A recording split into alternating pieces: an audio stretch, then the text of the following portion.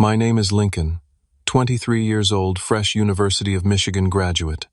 The backyard celebration should have been perfect until my brother Nathan raised his glass. Crazy you finished, you'll probably end up jobless anyway. Dad chuckled while I swallowed my pride silent. Nobody knew I had co-signed Nathan's business loan application just days earlier. That night, staring at those papers, I made a decision that would change everything. Before I tell you what happened next, drop a comment letting me know where you're watching from, and hit subscribe to see how I finally stood up to my family after years of disrespect. Growing up in suburban Detroit wasn't easy when you lived in a shadow. Nathan, my older brother by 5 years, cast the longest shadow of all. From the moment I could remember, our family dynamic was crystal clear. Nathan was the golden child, and I was the afterthought. Our childhood home was nice enough from the outside, a 4-bedroom colonial with a well-kept lawn in a respectable neighborhood. But inside those walls, the invisible hierarchy was unmistakable. Nathan had the bigger bedroom, the newer clothes, and most importantly, our parents' undivided attention and admiration. My brother was naturally athletic, charismatic, and popular. He played quarterback on the high school football team, dated cheerleaders, and had a social circle that seemed to include half the town. When he walked into a room, he owned it with his loud laugh and confident swagger. Adults were charmed by his quick wit and easy smile, always telling my parents how lucky they were to have such a wonderful boy. I, on the other hand, was quiet and academically focused. Social situations made me anxious, and I found comfort in books and computers rather than parties and sports. While Nathan was scoring touchdowns, I was winning science fairs and math competitions. But somehow my achievements never seemed to measure up. "Another A on your report card." "That's nice," Lincoln Mom would say with a distracted nod before turning her attention back to planning Nathan's next football banquet. Dad was even more transparent in his favoritism. "You know your brother was team captain by junior year," he'd comment, while half-heartedly glancing at my perfect SAT score. What hurt most was Nathan's subtle undermining, the backhanded compliments and dismissive remarks that chipped away at my confidence year after year. "Good job on that scholarship, bro," he'd say with a smirk. "At least being a nerd pays off sometimes." Or when I was accepted to the University of Michigan's computer science program, "Michigan's okay, I guess. Too bad you didn't get into MIT or something actually impressive." The pattern continued throughout our youth. Nathan would borrow money from me, $20 here, $50 there, with vague promises of repayment that never materialized. He'd borrow my laptop when his broke, returning it with mysterious stains and missing keys. Once he even took my car without asking, and returned it with an empty gas tank and a dented fender, laughing it off as no big deal. Despite all this, I still craved my parents' approval. I thought maybe, just maybe, if I worked hard enough and achieved enough, they'd finally see my worth. So I threw myself into academics, graduating high school as valedictorian. My speech that day was attended by Mom and Dad, who left immediately after to attend Nathan's intramural softball game. While I went to college and maintained a perfect GPA, Nathan dropped out of state after 3 semesters. He claimed college was too restrictive for his entrepreneurial spirit. What followed was a series of half-baked business ventures: a power washing service that lasted 2 months, a drop-shipping website that never made a sale, and a food truck that failed health inspection. Each failure was met with understanding and financial support from our parents. "He's finding his path," they'd explain. "Not everyone is meant for traditional education like you, Lincoln." Meanwhile, I worked part-time at the university computer lab and took summer internships to help cover my tuition and expenses. My parents contributed the minimum they could afford, explaining that Nathan's ventures needed their financial backing. "You're so good at managing money," Mom would say, as if my frugality was a choice rather than a necessity. During my senior year, Nathan announced his latest sure thing, opening a sports bar near campus. He had apparently found a location, created a business plan with someone else's help, no doubt, and needed only to secure funding. "The bank needs a co-signer," he explained during a family dinner that spring, "someone with good credit." My parents immediately volunteered me. "Lincoln has perfect credit," Dad said proudly, one of the few times he'd acknowledged any accomplishment of mine. "And he'll have a good job soon with that computer degree. The bank will love that." I sat there, fork midway to my mouth, as they discussed my financial future as if I weren't in the room. "It's what family does," Mom added, patting my hand. "We support each other." I wanted to point out the one-sided nature of this support, but instead nodded quietly. Perhaps this was my chance to finally earn my place in the family. Maybe if I helped Nathan succeed, they'd finally see me as valuable too. So I agreed to co-sign the loan application, $100,000 for startup costs, renovations, and initial inventory. Nathan assured me it was just a formality. "You won't have to pay a dime, bro. This place is going to be a gold mine." I signed the papers 1 week before my graduation with Nathan, promising he'd begin the process immediately after my ceremony and celebration. "Your graduation gift to me," he joked, not realizing how painful those words were. As I walked across the stage to receive my computer science degree with honors, I scanned the audience. Mom and Dad were there, but they were looking at their phones. Nathan hadn't even shown up. Later, I learned he was meeting with potential bar staff that day. My achievement, 4 years in the making, wasn't important enough to warrant his full attention. Little did I know that the graduation party would be where everything finally came to a head. The graduation party was my mother's idea. "We should celebrate this milestone," she insisted, though I suspected she was more excited about showing off our backyard renovation to the neighbors than celebrating my degree. It was a beautiful May afternoon, the kind that makes Michigan feel like paradise after a long winter. Our backyard was decorated with blue and maize streamers, University of Michigan colors, and a banner that read, "Congratulations, graduate," hung from the deck. Mom had ordered catering from a local deli, and Dad had set up the bar with enough alcohol to serve twice our guest list. I invited several friends from college: James, my roommate of 3 years, Sophia, my study partner from algorithm class, and a handful of others from the computer science department. These were people who had seen my hard work firsthand, who had pulled all-nighters with me before exams, and celebrated each small victory along the way. The party started at 2 o'clock. By 2:30, most guests had arrived except Nathan. My parents kept glancing at their watches, and the driveway, their attention clearly divided. "I wonder where your brother is," Mom muttered every few minutes, as if his absence was the most notable aspect of my graduation party. I tried to enjoy myself despite this, catching up with relatives I rarely saw, and accepting congratulations from family friends. Several people asked about my job prospects, and I explained that I had 3 promising interviews lined up for the following week. At 3:15, Nathan finally made his entrance. He pulled up in his new leased BMW, music blasting loudly enough to draw everyone's attention. He sauntered into the backyard, wearing designer sunglasses and carrying a small gift bag. "The party can start now," he announced, as if we hadn't been celebrating for over an hour. My parents immediately gravitated toward him. Dad clapped him on the back while Mom fussed over his windblown hair. "We were getting worried," she said, though her tone conveyed admiration rather than concern. "Had to finalize some details for the bar," Nathan explained loudly enough for everyone to hear. "Things are really coming together. Just waiting on that loan approval." For the next hour, Nathan dominated the party that was supposedly in my honor. He moved from group to group, charming my relatives and entertaining my friends with exaggerated stories. My parents orbited him like proud satellites, laughing at his jokes and adding supporting details to his tales. I stood by the food table watching this familiar scene play out. James approached, handing me another beer. "Your brother always this much of a spotlight hog?" he asked quietly. I shrugged. "For as long as I can remember."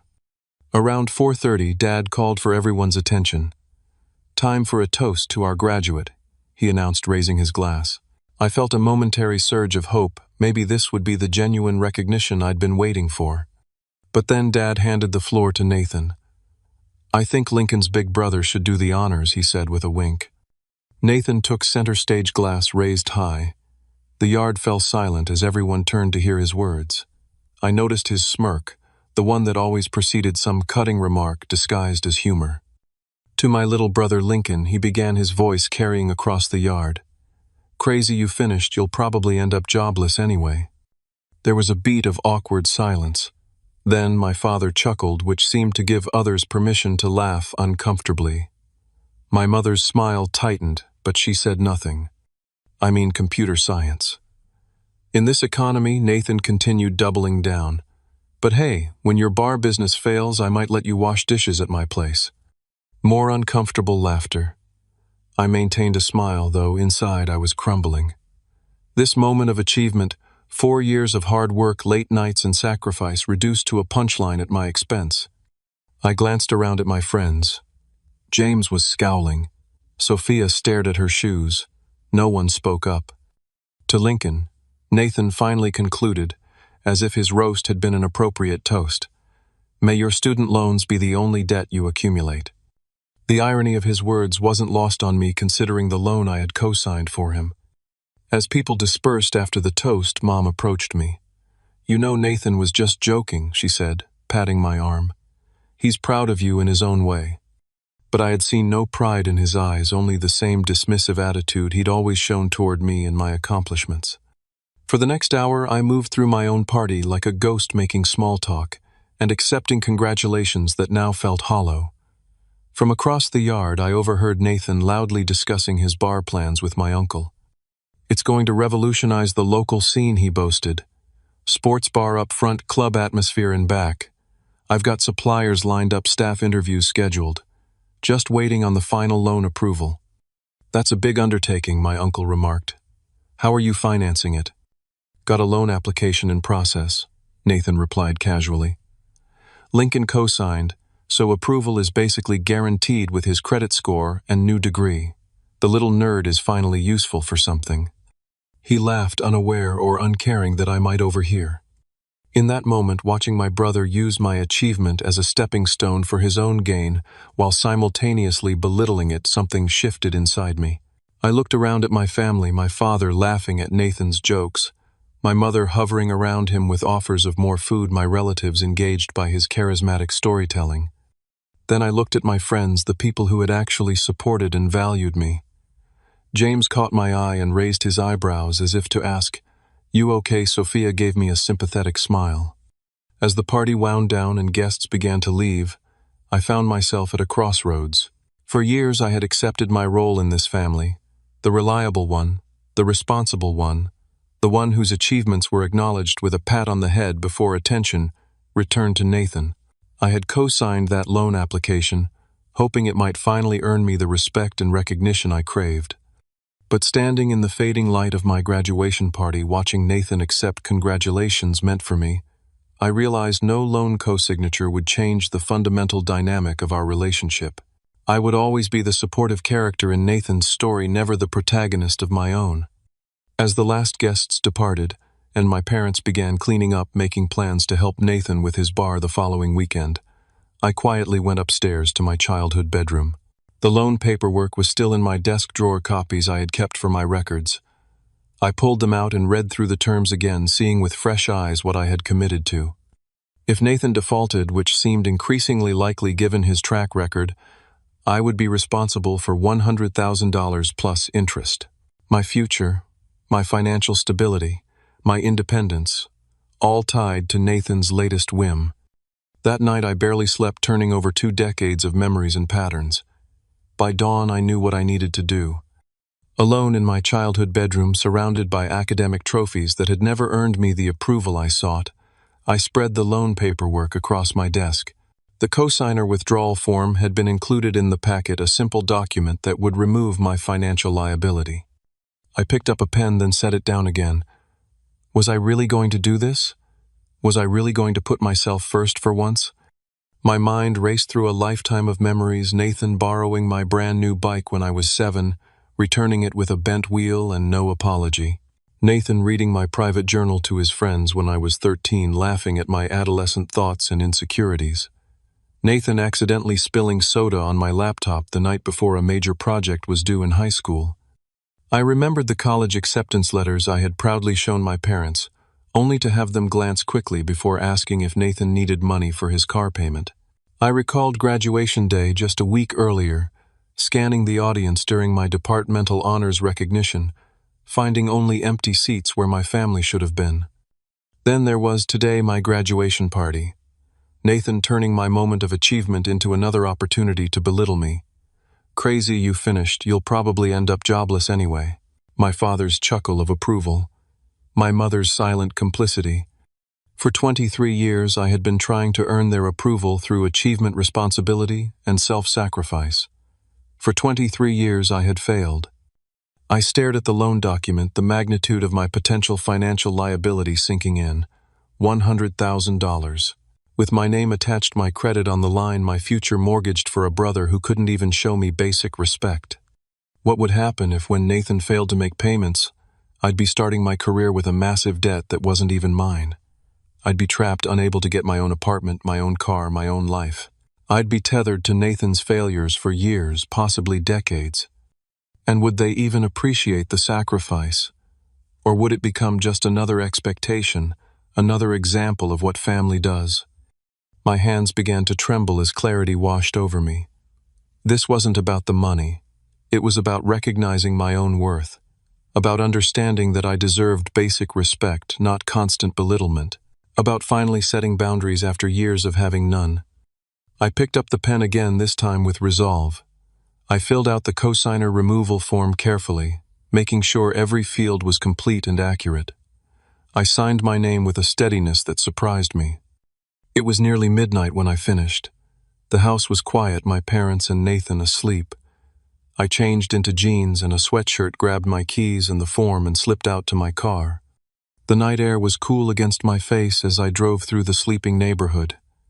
The bank had a 24-hour drop box for after-hours document submission, a small metal slot in the wall beside the ATM. I parked and sat for a moment, the form on my passenger seat, illuminated by the overhead light. Was I being selfish? Was I betraying my family? The questions nagged at me, familiar guilt rising like bile. Then I remembered Nathan's toast again. The way he'd so casually dismissed 4 years of my hard work. The way he'd laughed about using my good credit. The way he'd called me a little nerd who was finally useful for something. I got out of the car, walked to the drop box, and slid the form into the slot before I could second-guess myself again. There was a quiet thump as it fell inside. Done. Irreversible. The drive home felt surreal. I had never defied my family before, never prioritized my needs over theirs, especially not over Nathan's. My hands gripped the steering wheel so tightly my knuckles turned white. I kept waiting for regret to overtake me, but instead a strange sense of liberation began to grow. Back home, I slipped into bed but couldn't sleep. I stared at the ceiling, imagining tomorrow's fallout. Would the bank call immediately? How quickly would Nathan realize what I'd done? How would my parents react? Morning came after a restless night.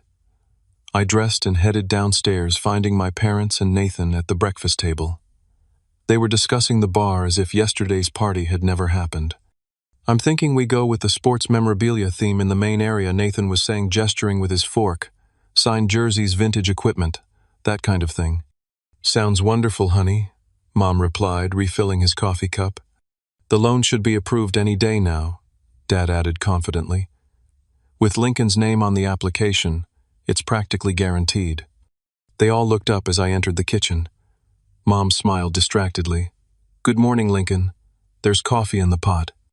I poured myself a cup, sat down, and waited. The clock on the microwave read 8:40. The bank would open at 9. It was only a matter of time. The kitchen clock ticked steadily as we sat around the breakfast table. Nathan was still talking about his bar plans, sketching layout ideas on a napkin, while Mom and Dad offered suggestions. I remained quiet, nursing my coffee, watching the minutes pass. 9 o'clock came and went. 9:30. My stomach tightened with each passing moment. Had the bank received my form? Would they process it today? At precisely 9:12, Nathan's phone rang. He glanced at the screen, his face brightening. "It's the bank," he announced, standing up, probably calling about the loan approval. He answered with confidence, moving toward the living room for privacy. "Hello, yes, this is Nathan speaking." I couldn't hear the other side of the conversation, but I could see Nathan's expression change from anticipation to confusion, then to disbelief. "What do you mean, denied? That can't be right," his voice rose. "We submitted everything correctly. My brother co-signed. His credit score is practically perfect." More silence. As he listened, his face growing increasingly red. "Withdrawn. What are you talking about? No one withdrew anything. Another pause. When last night, that's impossible. My parents exchanged concerned glances. Dad stood up, moving closer to Nathan, trying to understand what was happening. Can you reprocess it? There must be some mistake. Nathan pleaded, his confident demeanor crumbling.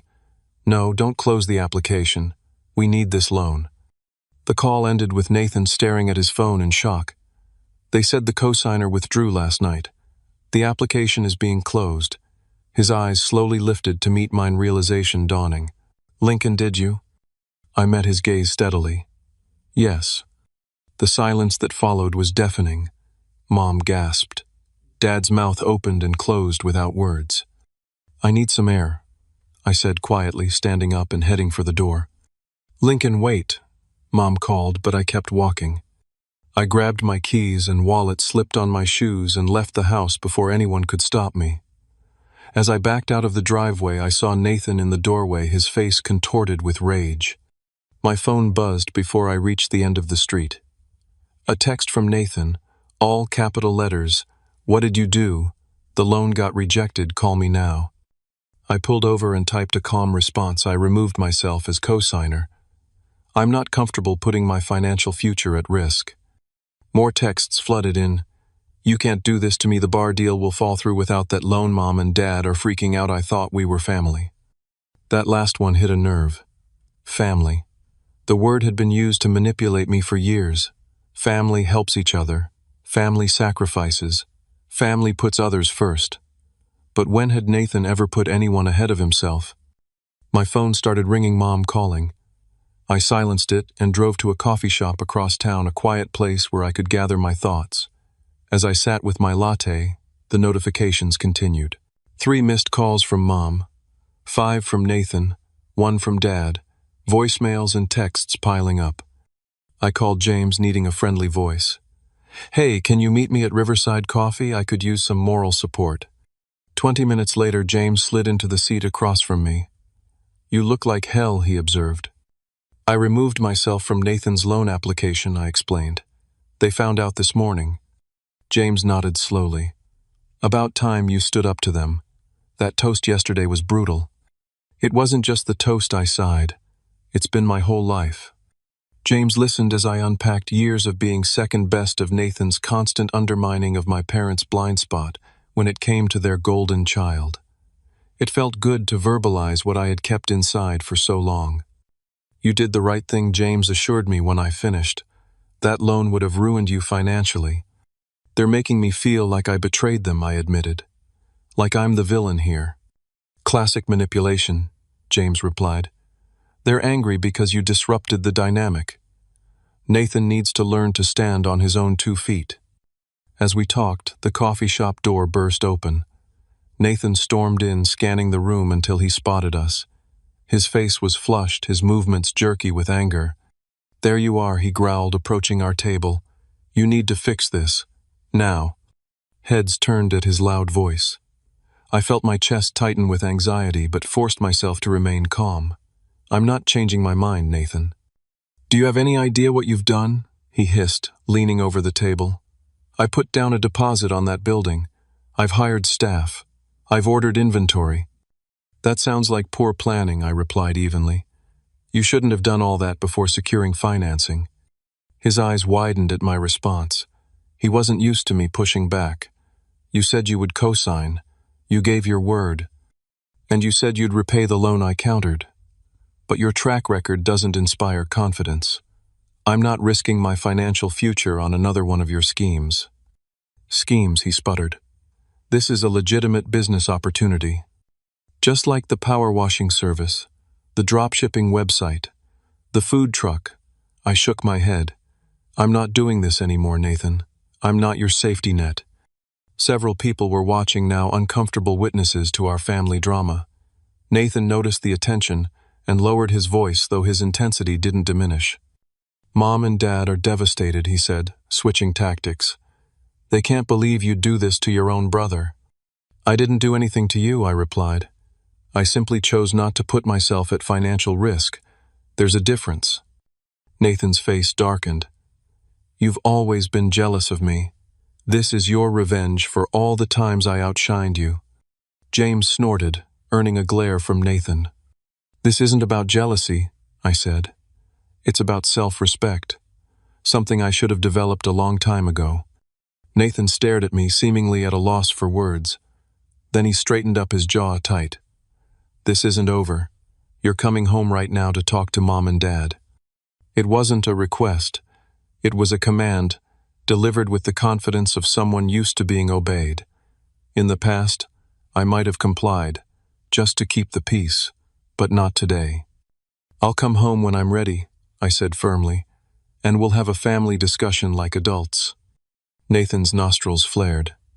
For a moment, I thought he might cause a scene right there in the coffee shop. Instead, he pointed a finger at me. Be home by noon, or don't bother coming back at all. With that, he turned and stormed out the door, slamming behind him. James whistled low. That went well. I let out a shaky breath, the adrenaline leaving my system. I have to go back and face them eventually. Want me to come with you? James offered. I considered it, then shook my head. This is something I need to do myself. We finished our coffees, talking through potential scenarios and outcomes. By 11:30, I felt prepared enough to return home and face whatever awaited me. Call me if you need an extraction, James said as we parted in the parking lot. I can be there in 15 minutes. I nodded gratefully, then got in my car and headed back to the house, unsure of what reception awaited me, but certain that things would never be the same again. The drive home felt like marching toward a battlefield. My hands trembled slightly on the steering wheel, but my resolve remained firm. Years of suppressed feelings and unspoken truths were about to surface, and there was no turning back. I pulled into the driveway at 11:58, 2 minutes before Nathan's ultimatum expired. The house looked deceptively peaceful from outside, no indication of the storm brewing within. Taking a deep breath, I walked to the front door and entered. Voices from the living room fell silent at the sound of my arrival. I hung my keys on the hook by the door, a small, normal action that felt strangely significant in the moment. I found them all waiting. Mom perched anxiously on the edge of the sofa, Dad standing by the fireplace with his arms crossed, and Nathan pacing between them like a caged animal. Finally, Nathan snapped when I appeared in the doorway. Time to fix the mess you've made. Lincoln, sit down, Dad said, gesturing to an armchair across from Mom. His tone was measured but cold. We need to discuss what you've done. I took the offered seat, noticing how they had positioned themselves 3 against 1. The family dynamic visualized perfectly in our seating arrangement. Why would you do this? Mom asked, her voice wavering between hurt and anger. Why would you sabotage your brother's future like this? The question revealed so much about how they viewed the situation, and me. In their minds, I was the saboteur. Nathan was the victim. Nothing new there.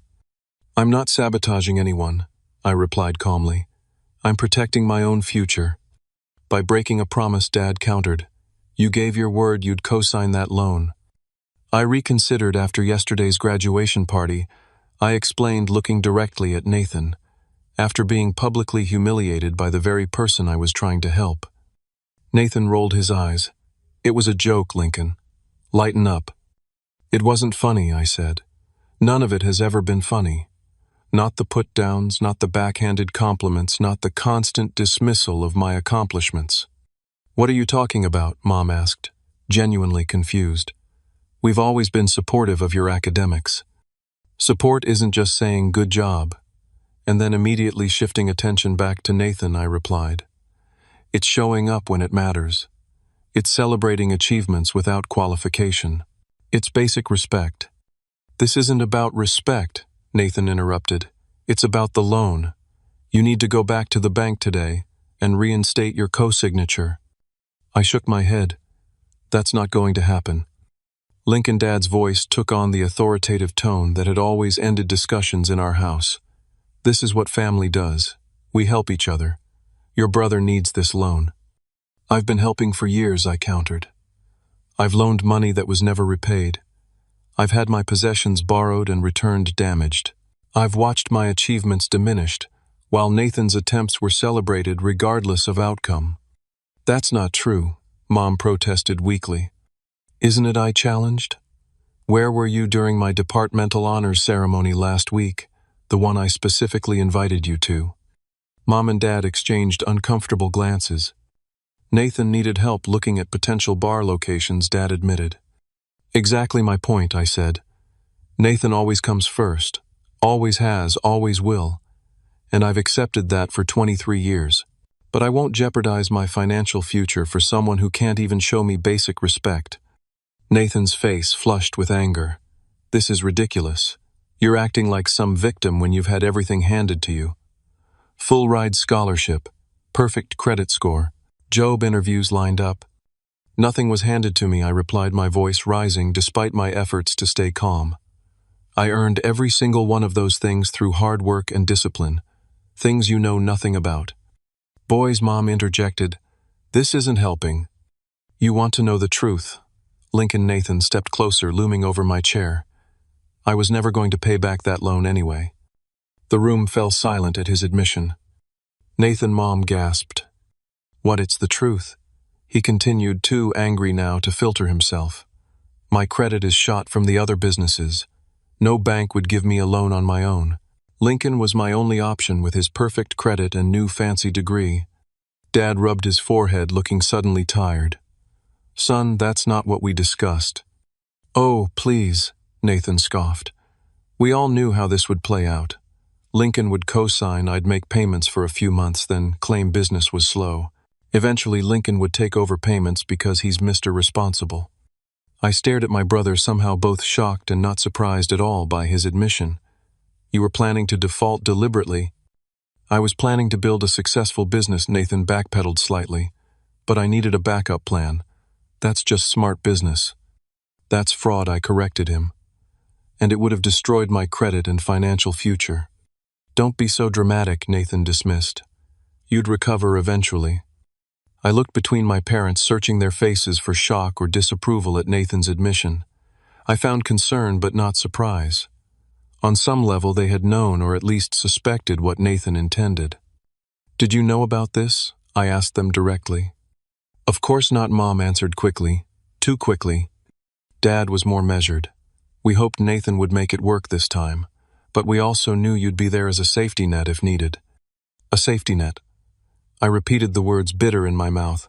That's all I am to this family, isn't it? Nathan's safety net. The responsible one who will clean up his messes. That's not fair, Mom protested. Isn't it? I stood up, no longer willing to physically look up at them. When has Nathan ever been my safety net? When has he ever put my needs first? When have any of you? The question hung in the air unanswered.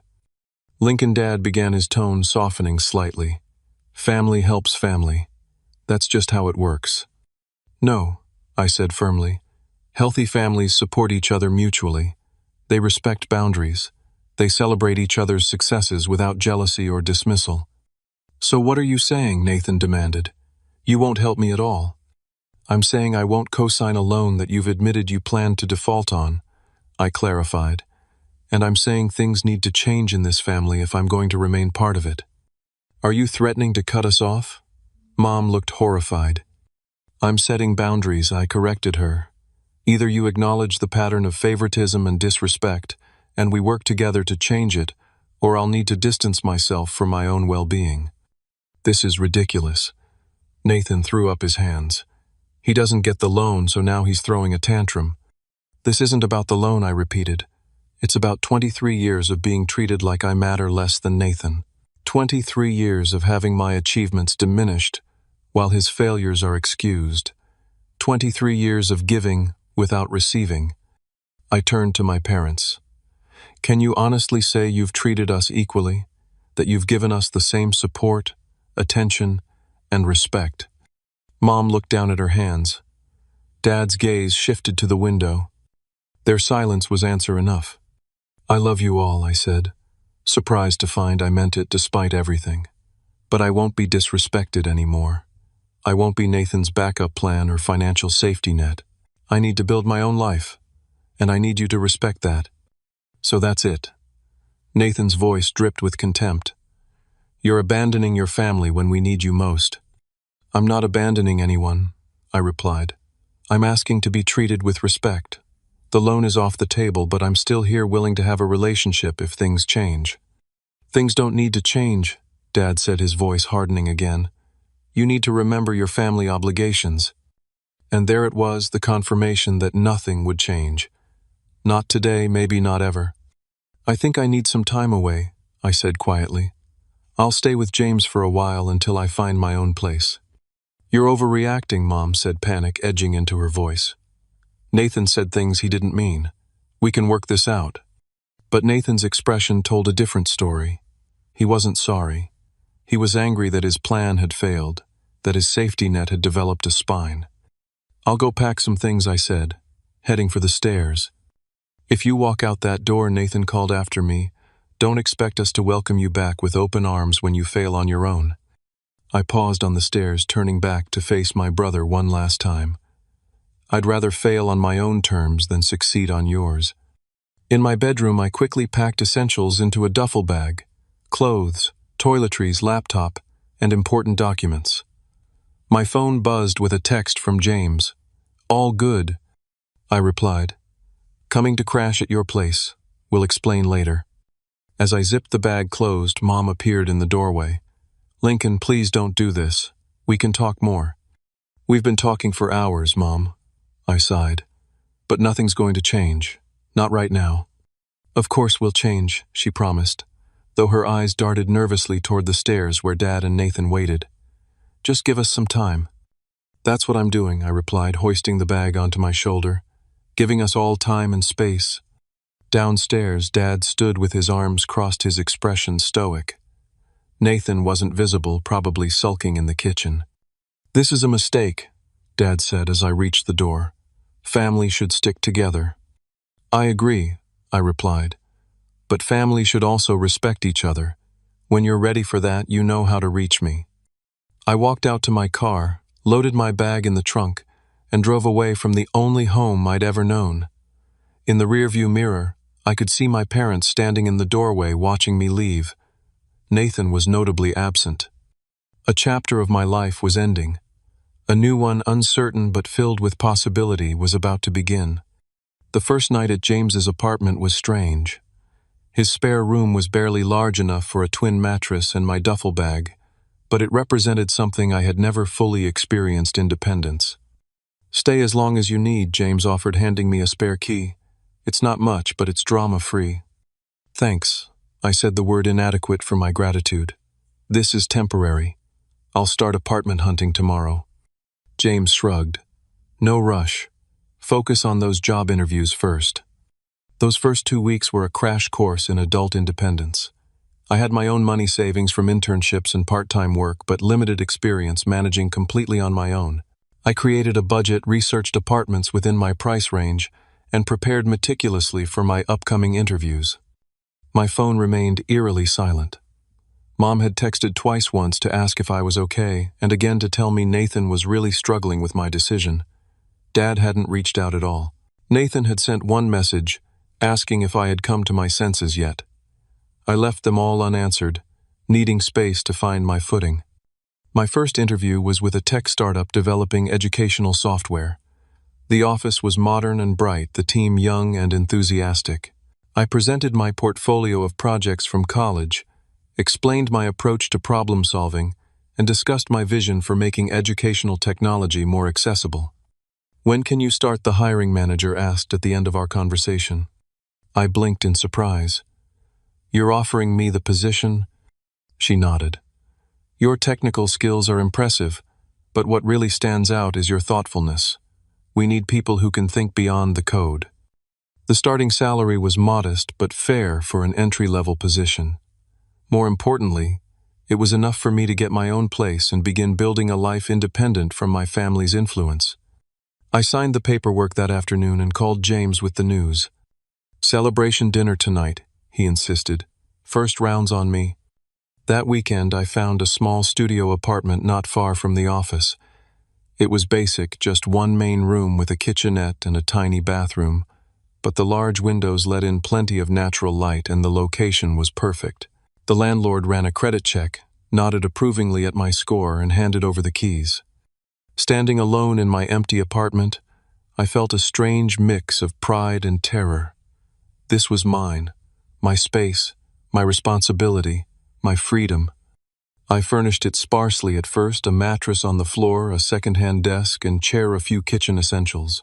Each paycheck allowed for small improvements, a proper bed frame, a comfortable couch, a bookshelf for my computer science texts and programming manuals. 3 weeks into my new job, I received an alarming email notification. Someone had attempted to apply for a credit card in my name. The fraud detection system had flagged it as suspicious and declined the application. I immediately called the credit card company for details. The application had been submitted with my social security number and previous address, but a different phone number. My stomach sank as I realized what had happened. Nathan had tried to use my information to secure credit. I spent the evening placing fraud alerts on my credit reports, changing passwords, and implementing additional security measures. The violation left me shaken but more certain than ever that I had made the right decision in distancing myself. The next day I received a text from Mom. Nathan says someone must have stolen his identity too. Strange coincidence. I didn't bother responding.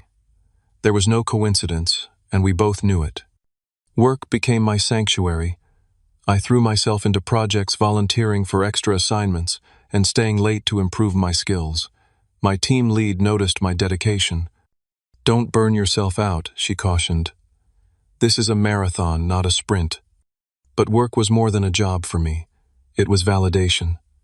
Here my contributions were recognized. My ideas were heard. My efforts were appreciated. The contrast with my family dynamic couldn't have been starker. I began making friends among my colleagues. We'd gather for happy hours or weekend hikes, relationships built on mutual respect and shared interests rather than obligation. I discovered I was more social than I'd believed. I had simply needed the right environment to flourish. 3 months into my job, I was assigned to lead a small project team developing a new feature for our main product. The responsibility was both terrifying and exhilarating. I scheduled meetings, delegated tasks, and managed timelines, discovering leadership abilities I hadn't known I possessed. When we delivered the feature on time and under budget, our CEO personally commended our work during the company all-hands meeting. "Lincoln showed exceptional leadership," he noted. "This is exactly the kind of initiative we value here." That evening I called James to share the news. "They're already talking about a promotion track," I told him, still a bit dazed by the recognition. "Not surprised," James replied. "You were always capable. You just needed people who could see it." As summer turned to fall, I settled into a rhythm of work, social activities, and personal projects. I had joined a local coding meetup where I was helping mentor beginners. I had started taking weekend hikes in the nearby state park. I was building a life that felt authentically mine. Occasionally, news of my family reached me through mutual acquaintances. Nathan's bar plans had indeed collapsed without financing. He had moved back home temporarily, while pursuing his next venture, some kind of subscription box service for sports fans. 6 months after starting my job, I received my first performance review. My manager was effusive in her praise, noting my technical skills, team collaboration, and creative problem-solving. She slid a paper across the desk, a promotion offer, with a substantial salary increase. "We don't normally do this so soon," she explained, "but you've become indispensable to the team." I signed the paperwork with a steady hand, remembering Nathan's graduation toast. "Crazy you finished. You'll probably end up jobless anyway." The memory no longer stung. Instead, it fueled my determination to succeed on my own terms. That Thanksgiving, I declined my mother's tentative invitation to come home for the holiday. Instead, I joined a Friendsgiving, hosted by a colleague who had gathered other holiday orphans with nowhere to go. Surrounded by new friends contributing my admittedly amateur cooking skills to the communal meal, I realized I had built something precious, a chosen family based on mutual respect and genuine affection. As Christmas approached, the inevitable family pressure increased. Mom called several times, her voice increasingly desperate. "It's Christmas, Lincoln. Family should be together at Christmas." I remained firm but gentle. "I'm not ready, Mom. Maybe next year." What I didn't tell her was that Nathan had recently texted me asking for money, just a small loan to tide me over until my new business takes off. I had blocked his number immediately afterward. Instead of going home, I volunteered at a local shelter, serving holiday meals, then spent Christmas evening with James and his girlfriend exchanging modest gifts and watching classic movies. It wasn't the traditional family Christmas I had grown up with, but it was warm, genuine, and drama-free. By spring, I had saved enough for a down payment on a small condo closer to the city center. The purchase represented more than just property ownership, it was tangible proof of my independence and success. As I signed the closing documents, I remembered the loan I had refused to co-sign for Nathan. In just 1 year, I had gone from nearly committing to a 6-figure debt for someone else's dream to investing in my own future. The symmetry wasn't lost on me. The day I moved into my condo, I received an unexpected email from my father, the first direct communication since I had left home. "Your mother and I drove by your new place yesterday," he wrote. "Looks nice. Things are difficult here. Nathan's latest venture failed. He's struggling. We're struggling too financially. Call when you can." I sat on my new couch in my new home staring at those words. No congratulations on the condo, no acknowledgement of my success, just an implied request for help after a year of silence. I closed the email without responding, not yet ready to reopen that door. My phone buzzed with texts from friends offering to help with unpacking and arranging furniture. These were people who celebrated my successes without qualification, who supported me without exploitation. As I looked around at my new home, I realized I had built more than just a career and a place to live. I had built self-respect, boundaries, and authentic relationships. I had discovered my own worth independent of family validation. And that perhaps was the greatest achievement of all. 1 year turned into 2. My career continued to flourish with another promotion and increasing responsibilities. I had established myself as a respected developer in the local tech community, occasionally speaking at conferences and mentoring junior programmers. My personal life had expanded in ways I never anticipated. I had developed a close circle of friends who shared my interests and values. I had even started dating Melissa, a UX designer I met at a tech meetup, whose quick wit and genuine warmth had gradually broken through my carefully constructed walls. I had found my place in the world independent of the family dynamics that had defined my earlier years. Then on an ordinary Tuesday afternoon, an email appeared in my inbox. "Lincoln, I was hoping we could meet for coffee sometime this week. There are things I need to say in person. Mom." I stared at those words, my finger hovering over the delete button. 2 years of minimal contact, occasional brief text exchanges on holidays and birthdays, but nothing substantial. Why now? After sleeping on it, I replied with a time and place, a neutral coffee shop downtown, busy enough to discourage drama but quiet enough for conversation. She was already waiting when I arrived, looking smaller, somehow more fragile than I remembered. Her hair had more gray and fine lines had formed around her eyes. She stood awkwardly when she saw me, as if unsure whether to offer a hug. I made the decision for her, stepping forward and embracing her briefly before sitting down. "You look good," she said, studying my face. "Healthy. Happy." "I am," I confirmed. "Work is great. I just bought a newer, larger condo. Life is good." She nodded, twisting her wedding ring, a nervous habit I had forgotten until that moment. "Lincoln, I owe you an apology," she began, her voice unsteady. "A long overdue apology." I stayed silent, giving her space to continue. "You were right about the favoritism," she admitted. "Your father and I. We always gave Nathan more leeway, more attention. We made excuses for his behavior while holding you to a higher standard." The acknowledgement so long desired felt surreal. "What brought this on?" I asked, not unkindly. She sighed deeply. "Reality has a way of catching up eventually. Nathan's latest failure cost us nearly everything." "What happened?" "He convinced your father to remortgage the house to fund another business venture, some kind of sports memorabilia authentication service." She shook her head. "It collapsed within months. The bank foreclosed 3 weeks ago." I felt a pang of sympathy despite myself. "Where are you staying?" "With my sister for now," she replied. "Your father's pride island. It's been difficult for him." "And Nathan?" Her expression hardened slightly. "He moved in with a girlfriend the day before the foreclosure. Hasn't called since." The irony wasn't lost on me. Nathan, the golden child who could do no wrong, had abandoned them when they needed him most. I, the one who had been labeled selfish for establishing boundaries, was sitting here listening to my mother's troubles. I'm sorry to hear that I said and meant it. No matter our past, I didn't wish homelessness on my parents. We made so many mistakes, Lincoln. She continued, tears welling in her eyes. We enabled Nathan's worst traits. We took your responsibility and reliability for granted. We never gave you the recognition you deserved. I had imagined this conversation many times over the years, but the reality was more complicated than my fantasies. There was no satisfaction in seeing my mother broken, in hearing her admit what I had always known to be true. Why are you telling me this now? I asked gently. Because you deserved to hear it years ago, she replied. And because I miss my son, the good one, the one who built a life to be proud of despite our failures as parents.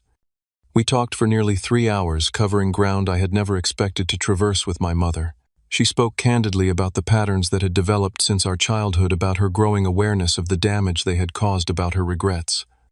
I'm not asking for money, she clarified when our conversation began to wind down. I want to be clear about that. Your father and I will figure something out. I appreciate that, I said, realizing she was trying in her own way to respect the boundaries I had established. As we prepared to leave, I made a decision. I can't fix everything, Mom, and I won't enable Nathan again. But I can help you and Dad get back on your feet. Not with cash, but maybe I could co-sign a lease for an apartment until you rebuild your credit. The offer surprised us both. You would do that after everything? You're still my parents, I said simply. But this time there would be clear terms and expectations. 2 weeks later, I met with my father for the first time since leaving home. The meeting was awkward, his pride clearly wounded by the reversal in our circumstances. But beneath the discomfort, I sensed something new: respect. You've done well for yourself, he acknowledged gruffly, as we toured a modest apartment I had found for them. Built something solid. Coming from him, it was tantamount to a standing ovation. I helped them secure the lease with my co-signature, established a timeline for them to rebuild their credit, and set clear boundaries about financial responsibility. It wasn't forgiveness exactly, but a cautious new beginning. Nathan remained conspicuously absent for several months. Then, just as my parents were settling into their new routine, he reappeared, broke single again, and looking for a place to stay. To my surprise, it was my father who established the boundary. You can sleep on our couch for 2 weeks, he told Nathan firmly. During that time, you need to find a job, any job, and start contributing. Nathan, unused to such limitations, looked to me for intervention. Lincoln, come on. You know how hard the job market is right now. Actually, I know several places hiring entry-level positions, I replied, refusing to fall back into old patterns. I'm happy to send you the listings. The shock on his face would have been comical in another context. To everyone's surprise, including perhaps his own, Nathan complied with the new expectations. He found work as a bartender at a local sports bar, ironically the very industry he had once hoped to enter as an owner. It wasn't glamorous, but it was honest work. Our relationship remained distant but civil. The old dynamics occasionally resurfaced in small ways, but now there was awareness on all sides, and corrections were made before patterns could re-establish themselves. One evening, about 6 months after our family's reluctant reconnection, Nathan asked if we could meet for a beer after his shift. Curious, I agreed. We sat at a quiet corner table, the awkwardness between us palpable. Nathan fidgeted with his coaster, uncharacteristically hesitant. I owe you an apology. He finally said the words clearly difficult for him. A big one. I nodded, waiting for him to continue. I've had a lot of time to think about why my life kept imploding, he admitted. And I realized I've never really faced consequences before. You and Mom and Dad always cleaned up my messes. That's true, I agreed, neither accusatory nor conciliatory. When you pulled your name from that loan application, it was the first time anyone had ever really said no to me. He shook his head. I was furious. But looking back, it was probably the best thing anyone's ever done for me. The admission was unexpected, and I suspected genuine. It forced me to face reality, he continued, to recognize that I'm not entitled to success or support, that I actually have to earn things like you always did. We talked for hours that night, more honestly than we ever had before. There were moments of tension and old hurts revisited, but also moments of surprising connection.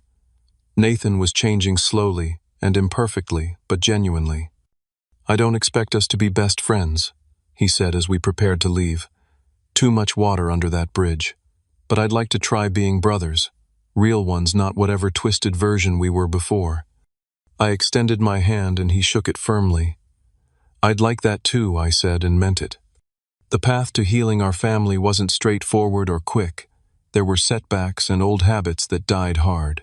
But gradually, a new dynamic emerged, one based on mutual respect rather than obligation, on earned trust rather than assumed entitlement. My parents found new jobs and eventually moved into their own apartment without my co-signature. Nathan stuck with bartending, eventually moving into management, finding satisfaction in steady incremental progress rather than get-rich-quick schemes. And I continued building my life now with the added dimension of family relationships that added to my happiness rather than diminishing it. 3 years after that fateful graduation party, I hosted Thanksgiving at my condo.